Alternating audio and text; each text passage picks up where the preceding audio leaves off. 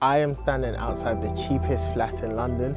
As you can see, it is in quite a bit of a state, but stay tuned because I'm going to be telling you exactly what we have planned to double the value of this property.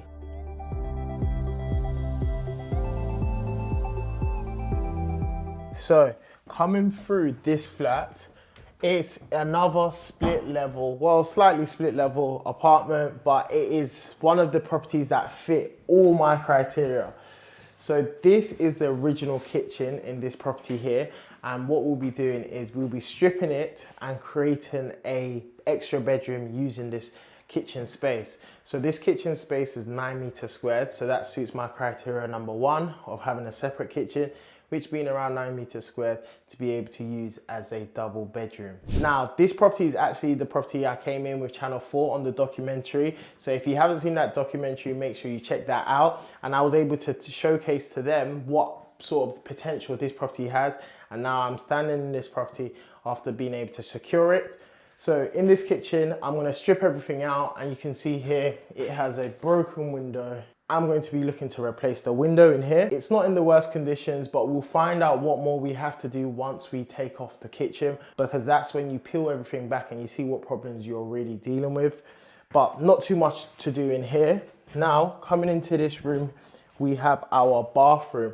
Now with our bathroom, it is smaller, but I like the space and how everything's being used. So we won't have to do too much. I want everything to stay in the same position.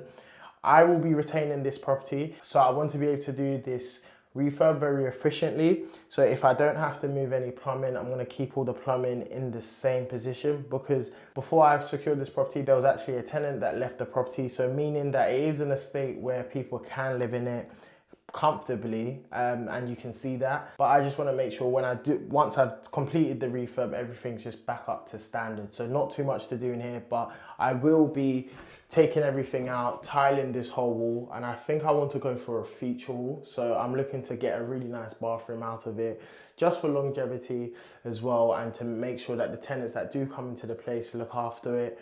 So I'm gonna make this a feature wall, and I'll probably half tile after this wall here with a nice color to contrast it. But nothing much, nothing too fancy. Well, I say nothing too fancy, but even having a feature wall in a rental property, not many people would do that, but we're gonna do it.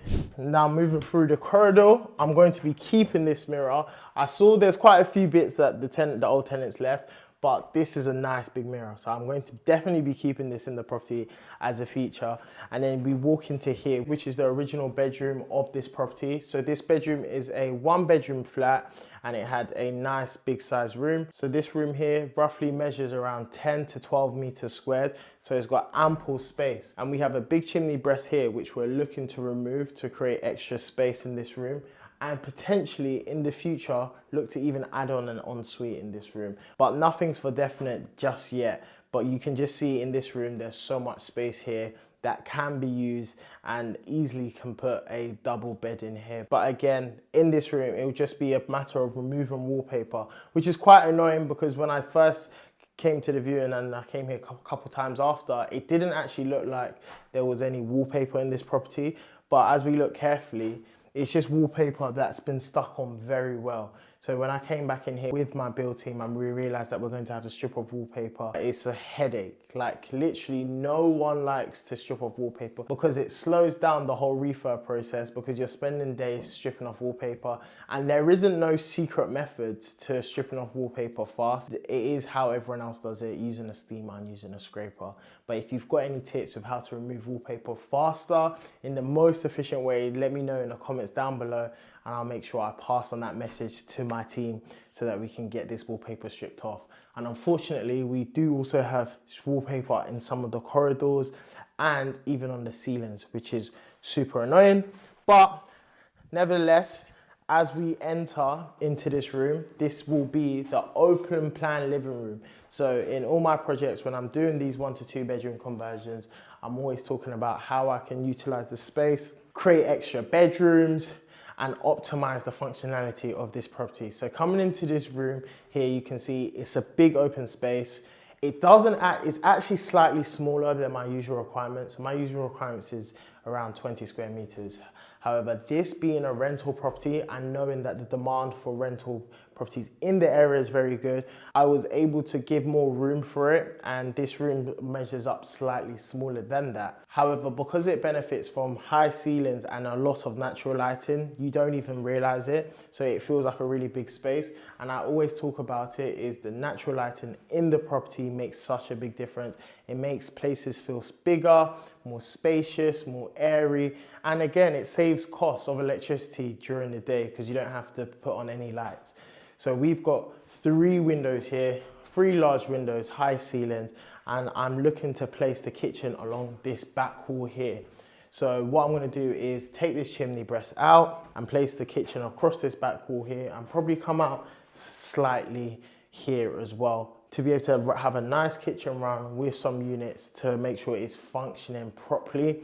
And then what I'm going to be doing here is using this area as the living space and putting a TV up on this wall here. Now, that is a quick run through of what I'm going to be doing to the property, and then we've got a bonus. So as for those that have been watching the vlog, you realize that I gained planning permission on this property. So before I purchased this, I went in for planning to get a loft conversion on top. So I was looking to take it from a 1-bedroom to a 3-bedroom property. And how we're going to be doing this is, if we quickly look through here, we'll be knocking this out. We'll be knocking this out and creating stairs all the way up into the loft and having an extra bedroom with an ensuite in there. Now, the total loft space of this property is around 25 square meters.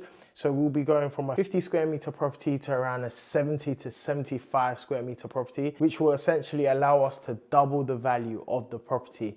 So we're hitting loads of points on the head. We've gone for the reconfiguration, we're extending the lease on this, we're doing a whole refurbishment on this, and we're adding square footage. So we're able to increase the value of this property in 4 different places. Now, this is the current plan of the property, and that is how we're going to be doubling the value of this property. Now, I'm not going to make you wait till the next video. I'm going to be telling you now, I purchased this property, cheapest flat in London, for £145,999. So I know it is a massive bargain, and I was able to do this just through pure negotiation because I was able to identify issues of the property and solve the vendor's problems. So it's being transparent and making sure that you're asking the right questions, asking what their situation is and how they would like to move. In this particular case, I knew that the vendor selling the property didn't want anything to do with it. It had a short lease. They were initially planning to sell this property on and extending the lease beforehand. However, when I got to speaking with the agent, I realized that they didn't actually want much to do with the property. So with that being said, I went back in with a reduced offer and letting them know that I will increase the lease myself. So all they need to do is sign off the section 42, which I got my solicitors to draft up. So we drafted up the section 42 and we sent it across for them to just serve that to the freeholder, and essentially they were out the game. They didn't have to do anything and they didn't want that headache. Meaning that when they did see my offer, although it might have been lower than the other offers on the table, I was taking a lot of headache away from them. So I was serving one of their problems, which is what you want to be doing when you're going in for your negotiation. You want to be serving the issue that the vendor has, because again, as I always say, we are problem solvers. We are solution orientated. So if you don't have the offers, see how else you can incentivize the seller to make sure that your offer gets accepted. So as you can see, in this 1 to 3 bedroom conversion, there's going to be a lot happening. So stay tuned, as I'm going to be coming with the weekly updates as we take on a loft conversion. Now, a loft conversion is something that I actually haven't done before, and I'm doing 2 loft conversions on the go at the moment. So I've got with the big flats, I've got a studio flat that I'm creating on top, and I'm doing a loft conversion in here. So I'm super excited to be able to take you guys through the whole journey. So make sure you like, comment, subscribe, and I'll catch you in the next video.